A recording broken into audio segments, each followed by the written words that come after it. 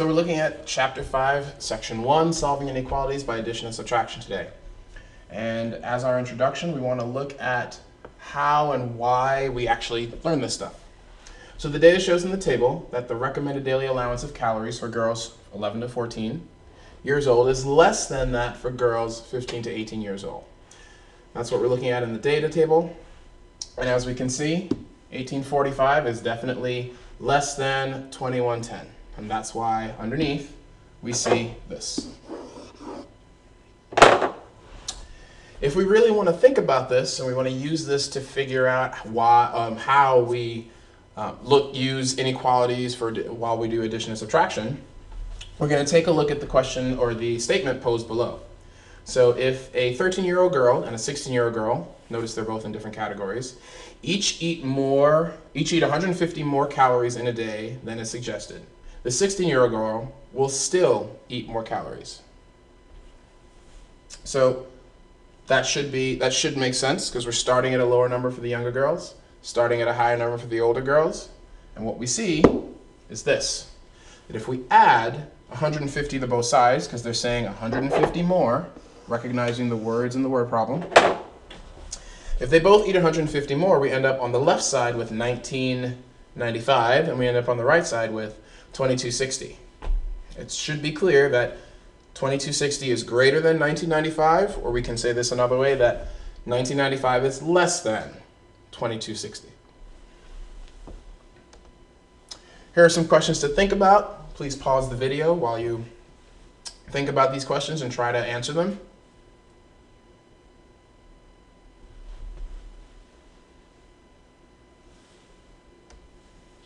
So if both girls eat 200 fewer calories than the recommended daily allowance, will the 13-year-old eat fewer calories than the 16-year-old? Think of an explanation to show how you know.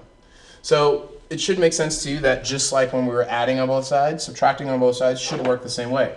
If I start with 1845 and I subtract 200, I end up with 1645. And if I start with 2110 and I subtract 200, I end up with 1910. As we find out at the end, 1645 is less than 1910. And therefore we can really look at and say, okay, if I do the same thing to both of my things, if I do the same thing to both of the numbers that I have, and it's an inequality, I should end up with a true inequality at the end. And it works for subtraction as it did for addition. The last part is, if the two girls eat the same number of calories over or under the daily allowance, is it ever possible that they will eat an equal number of calories? Well, that should make sense that the answer would be no. Since the inequality between the two numbers will always be there, it's not going to change depending on if you add the same thing to both sides or subtract the same thing from both sides. And that's what we looked at in the previous two questions and statements. So we're starting with Chapter 5, Section 1, and we're really looking at what these symbols mean. How did these symbols really tell us something different than the symbol we're probably very used to, the equal sign? So these are the names of the symbols, and please notice that less than and greater than just have one part to them.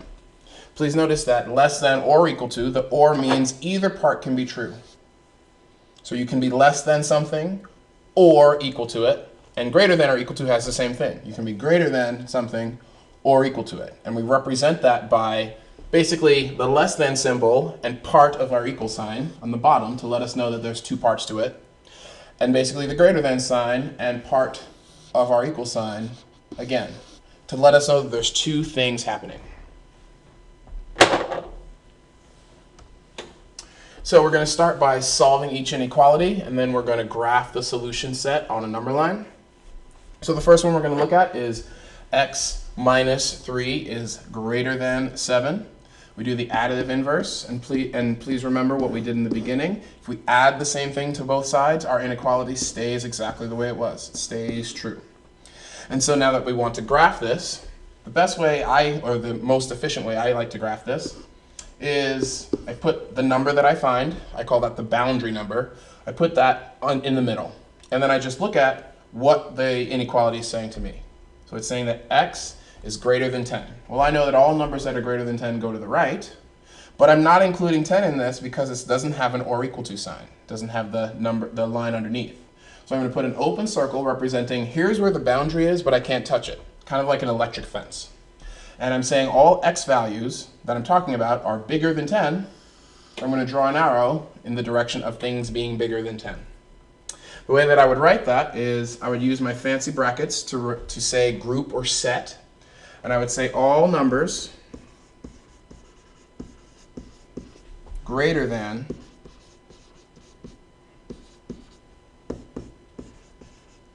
ten. And that would be the word way we would say our answer. For the next problem, we're going to do pretty much the same thing. We're going to look at the problem and say, okay, how do we isolate our variable? And we're going to isolate our variable by saying, well, what's 7 doing to y? 7 is currently being added to y. Why? Because it's a positive 7, no pun intended. So we're going to do the additive inverse of positive 7, which is minus 7. To cancel it out, our positive y comes down. Our inequality, which way it's facing, doesn't change. And now I have 5 minus 7. I end up with minus 2. So again, I use this boundary number as my kind of my middle ground.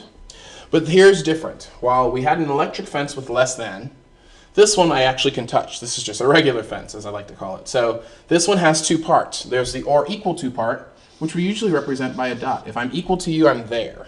So I want to fill in that dot, that circle, however you want to say it. But now I want to look at the other part, the greater than or less than, depending on which way you're reading it part. So I'm reading it from left to right. I'm saying negative 2 is greater than y. Another way to say that is y is less than negative 2. Well, since I want to point my arrow in the direction that the variable is talking about, all the numbers that just happen to be less than negative 2, I'm going to go to the left this time. And now I have my two parts. I have the filled in circle for my or equal to, and then because it's really saying y is less than negative 2, I'm going to go to the left. I also could write this like y is less than or equal to negative 2. I'm saying the same thing. If you remember from way back when, the alligator eats the bigger number. So long as my open side is still facing the same number, it's still a true statement. So in this way, I can definitely see that y is less than or equal to negative 2, and that's still what I have written on my number line.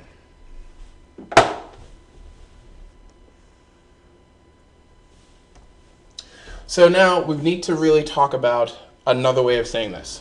So if we go back to number 1, we solved this and we got x was greater than 10. And so the way that we could say this in English is the group of all numbers for the x value, for the value of x, that make the inequality true is greater than 10. What that means is if I pick any number greater than 10, like 11, and plug it in where x is, I get a true statement. That checks out. But if I pick 10 or any other number that's less than 10, I don't get something that's true. And so when I look at this, when I write this out in words, it's telling me the same thing that I saw in my using the notation that we have. But we want to make this notation more concise. We don't want to have to write out an entire sentence every time in English. So what we're going to do is we're going to write out in what's called set builder notation, what's called a mathematical sentence, basically. And so this is how we do it. So set builder notation is a more concise way of writing the answer. Concise means simplified. And so what we're going to do is we're going to start with our brackets to say that we're talking about a set, which just means a group. And then we're going to say what variable were we using? Well, we're using x. And then we're going to say what actually happened after we used that x. Well, after we solved the problem, because that x was the variable we were using, we're actually going to end up with x is greater than 10. And that's all the stuff we talked about. So this is the x greater than 10 part. This is the thing separating, letting you know that at the left we're talking about the variable, on the right we're talking about what is actually going on. And this is what it actually means in a sentence. It means that the set of all numbers x such that x is greater than 10. And that's how we would say it in English. But set builder notation gives us a simplified way of writing it. So remember, you have fancy brackets, okay? Then you have what variable we're talking about. Then you have a line to let you know that we have to now separate the variable we're talking about from the actual answer. And then the actual answer is telling us x is greater than 10.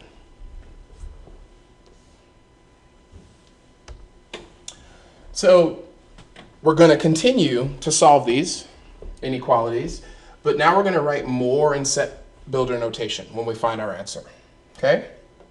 So to solve the first one, we're going to look and say, okay, I have variables on both sides. Now, there's a more efficient way of doing it, but you can also do this a number of different ways. So what I'm going to do is I'm going to do it the inefficient way, which just takes longer, but as long as my mathematical steps are correct, that's okay.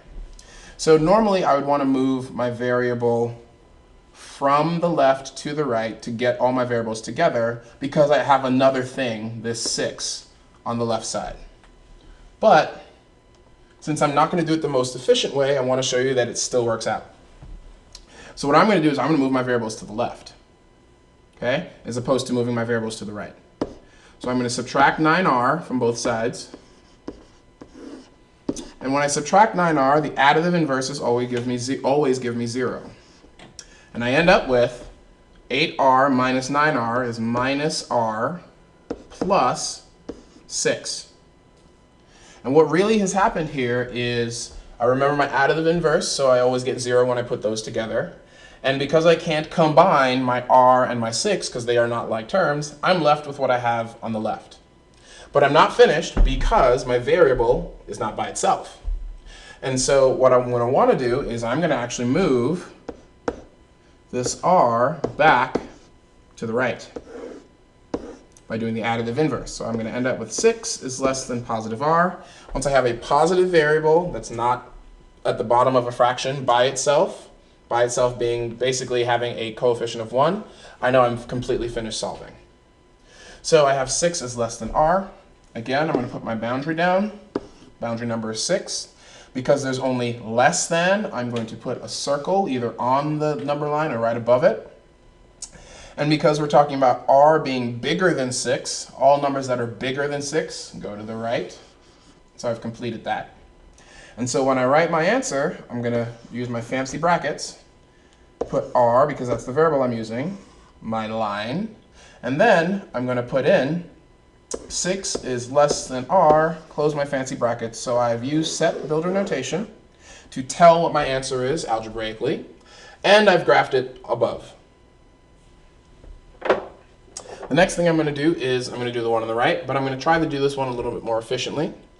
And I'm going to try to move things away from other things. What does that mean? I'm going to try to take the side that has 2 things and move my variable to the left this time so that I can get it away from the minus 3.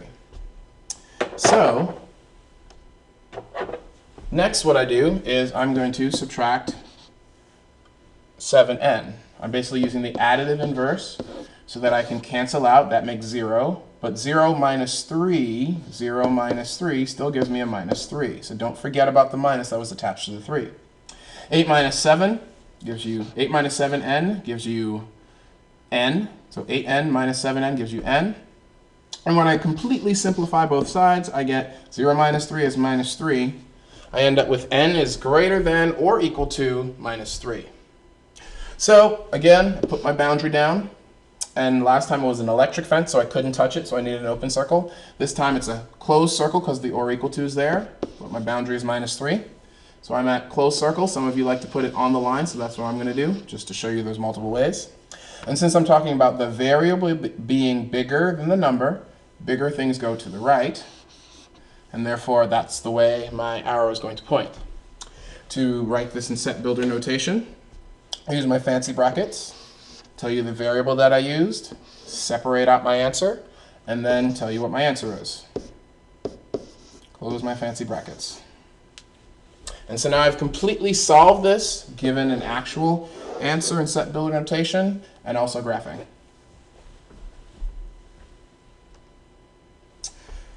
Please take a moment to write these down. These phrases are key to understanding word problems and figuring out how to write given inequality based on these numbers. Please recognize that at most, which is a common one that you see, goes with a ceiling. So if I'm standing here, and this is my ceiling, if I kept growing like this, I could be at most some number, some height. But at least is a minimum, okay? So at least is a minimum, so if I want to get up a number of stairs, I have to step up at least this much, okay? So at least is a minimum, so this is my floor, and I want to go up to this. I have to be at least this tall. That's a bottom, that's a floor, or at most is a ceiling, okay? So recognizing that at most is actually less than or equal to, and at least is actually greater than or equal to.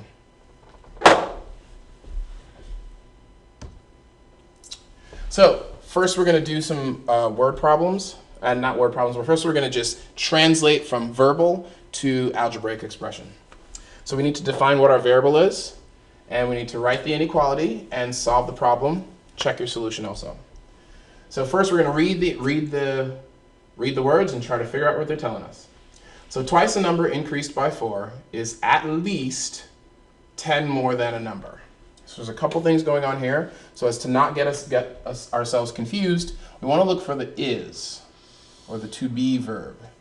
And that usually splits us right in between one side of our inequality and the other. Okay? So we're talking twice a number. So I'm going to say the number, because this is going to be our let statement. So let n be the number. So our let statement is telling us this variable is the number we're talking about. That's how you define what your variable is. Now I'm going to write an inequality using that variable that I just talked about. So let's see if we can move this around and get this to work for us. Okay, so that's going to be our let statement. And we're going to move it up here and shrink it down a little bit, just so we keep it in mind. So first we're going to look at twice a number increased by 4. So twice a number, since I defined my number as n, increased means to add by 4, is at least. Well, at least for us is at least 10 more than some number. So 10 more, so plus 10, the number, so it's the same number we were talking about. So the 2n plus 4 is at least. Well, at least is a floor, not a ceiling. So what do I mean by a floor? I means that I can be equal to it or greater than. So 2n plus 4 is at least, which means it's at least. It can be greater than or equal to the thing we're talking about. And that's how we figure out how to use at least. Okay? So now we've written our inequality. Check to the next part. We now want to solve the problem, and then we're going to check our solution. Okay? So solving this problem requires moving our variables to both from one side to the other. We want to try to do this the most efficient way. We want to look probably for the smallest coefficient and move that one. So I'm going to subtract n from both sides, and then I'm going to get n plus 4 is greater than 10, or equal to, sorry, greater than or equal to 10. It's positive 10 from before. And since I want to get my variable by itself, I want to move this 4, positive 4, to the other side, which means I'm going to do the additive inverse and go to the other side. And I'm going to end up with n is greater than or equal to 6. Okay? For our set builder notation, for example, okay, our set builder notation, we're going to write this as, the variable I was using is n, because that's the one I defined, such that n greater than or equal to 6. Okay? How do we check our solution? Well, we can plug a number into the left, into the original equation, which is in red, or we can plug a number into what our answer is. So that's what we're going to do. So I'm going to pick a number, and I can pick any number I want, and as long as I plug it in, I should be okay. So here's my check. Okay, so on my check, I'm going to plug in 0, so I'm checking with n equals 0. That's how I know what I'm checking. So 0 times 2 plus 4 is greater than 0 plus 10. Okay, so I'm picking 0. Now, if I pick 0, I get n greater than 6. I can also check it there, so I get 0 is greater than 6. When I do this, I get 4 is bigger than 10. And so what I've basically shown is that this doesn't work, and this doesn't work. They're both not true. And since they're both not true, that checks to say, hey, it's not true for the original, it's not true for the one that I'm talking about. I picked the same number and plugged it in, that it must not be true for both. I've checked to show that the math that I did to get from my original down to my final is good. Okay? We're going to do another one. So I'm going to define the variable, and we're only using one variable here, so we're going to let x be the number. Okay. Again, I'm going to make this a little smaller, move it up so that we remember that, because it's important to remember what your variable is. That's why you define it. So we've done this part. So we're back to the is less than. So I found my to be verb, and I found that it's is less than, so this is what I'm going to use. So we're looking at 3 more. So I'm going to add 3 to 3 more than a number. Okay, 3 more than a number. What number? N. Or not n in this case. Excuse me, x, because that's what I defined it as. Is less than. Is less than. So the thing I'm talking about, this part, is less than twice the same number. Okay, and just to make sure I've done it correctly, I'm going to put x, not n, because that's what I decided it was above. And now I'm going to do the same thing I did before. I have variables on both sides. I want to move the one that has the smaller coefficient. Since the coefficient on the left, x, is 1, I'm do the additive inverse of that. And so I still have a positive 3 here, so 0 plus 3 is still 3. Less than 2x minus x is just x. I now have an answer. I'm going to write it in set builder notation. So this is the variable I was talking about, such that 3 is less than x. That's what I'm talking about. I'm not actually asked to graph this one, because I've solved it and written my inequality, so I've done all the parts that was required of the question. So now I'm going to check my solution again, and this time I'm going to try to verbally check my solution. So if I have 3 more than a number, so any number you want, doesn't really matter. Since it says 3 is greater than x, 3 is less than x, I'm going to pick a number bigger than 3, because that would go into the x spot. So my number bigger than 3 is going to be 4. So 3 more than a number, so 3 more than 4 is less than twice 4. So 3 more than 4 is 7. Less than 2 times 4 is 8. That checks out. Okay? And if I plug that in here, 3 would be less than 4. That also checks out. My check works. So now when we actually do these modeling problems, we want to define our variable, write an inequality, solve each of the problem, then interpret our solution. This is a little bit trickier because we have to do more steps, but it's totally under control. So let's look at what we're doing. So a thrill ride swings passengers back and forth a little higher each time, up to 137 feet. So this up to is a clue. Okay, each time up to. Suppose the height of the swing after 30 seconds is 45 feet. How much higher will the ride swing? So how much higher is a distance? We're talking about feet. So in this question, it actually doesn't matter what the 30 seconds is. Okay, we're just talking about the feet. We're not saying per an amount. So we're just talking about the feet. So the first thing I'm going to do is define my variable, and I'm going to say that f is the number of feet. So let f be the number, n of feet. And again, that's my let statement, so that when I finish and find f, I know at the end that this f that I'm talking about is the number of feet. Okay? Just grouping these. So that f at the end is going to be the number of feet. So that's important to remember. Okay?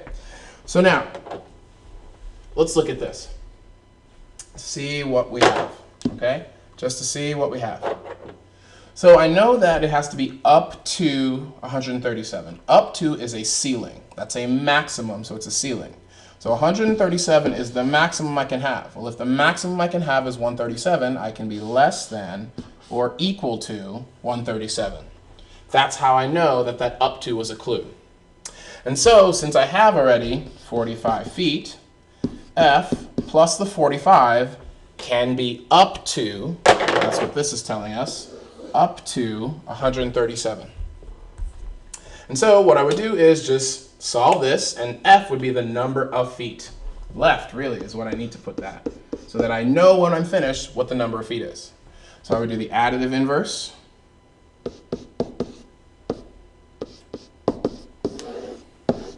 And so I'm going to do 137 minus 45, and I'm going to get F is less than or equal to 92.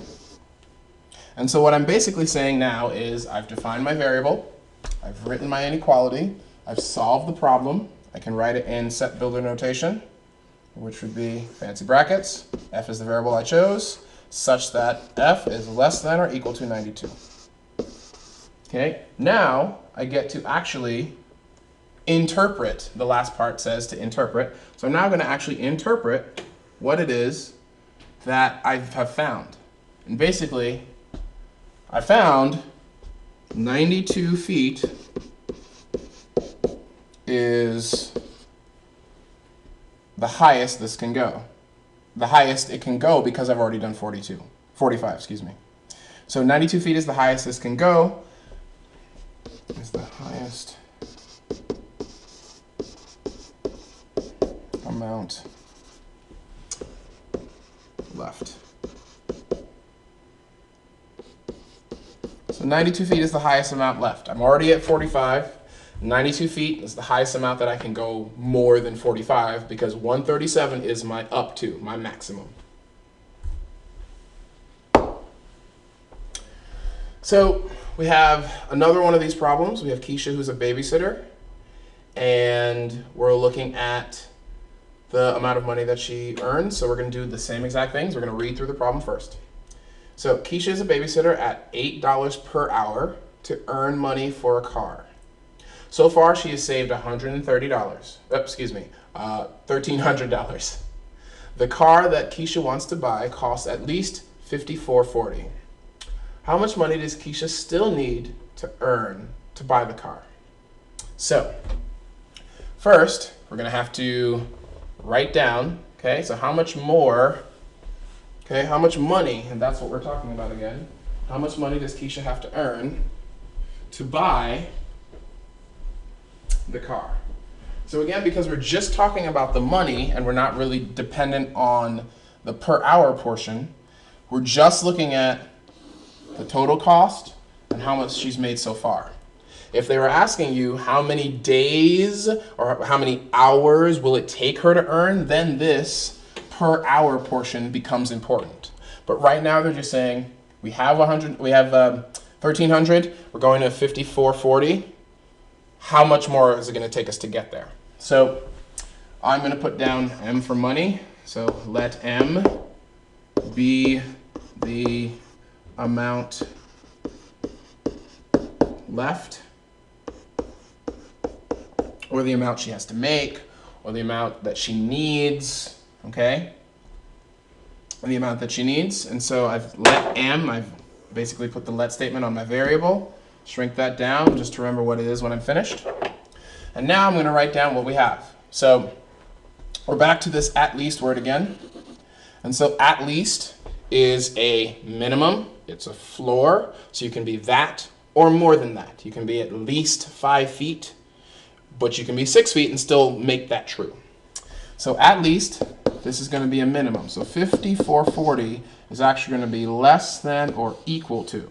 Because as soon as she makes more than or equal to 54.40 for the money, she can buy the car.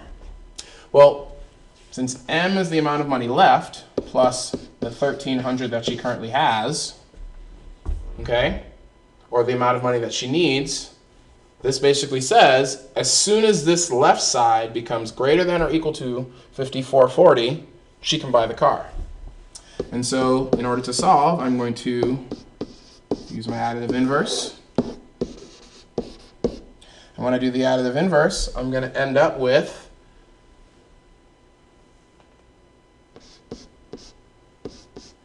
okay, 4140 is what I need. Okay, so I'm going to end up with 4140 is left.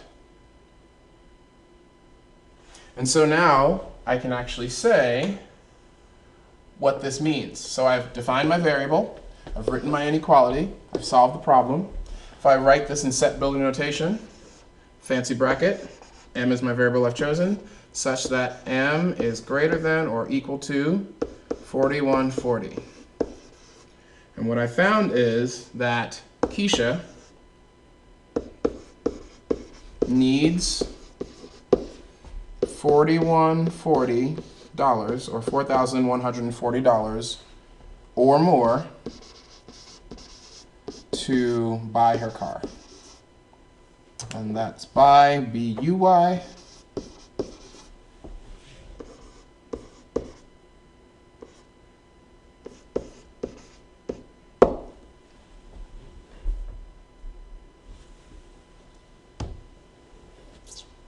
Thank you, and I'll see you guys tomorrow.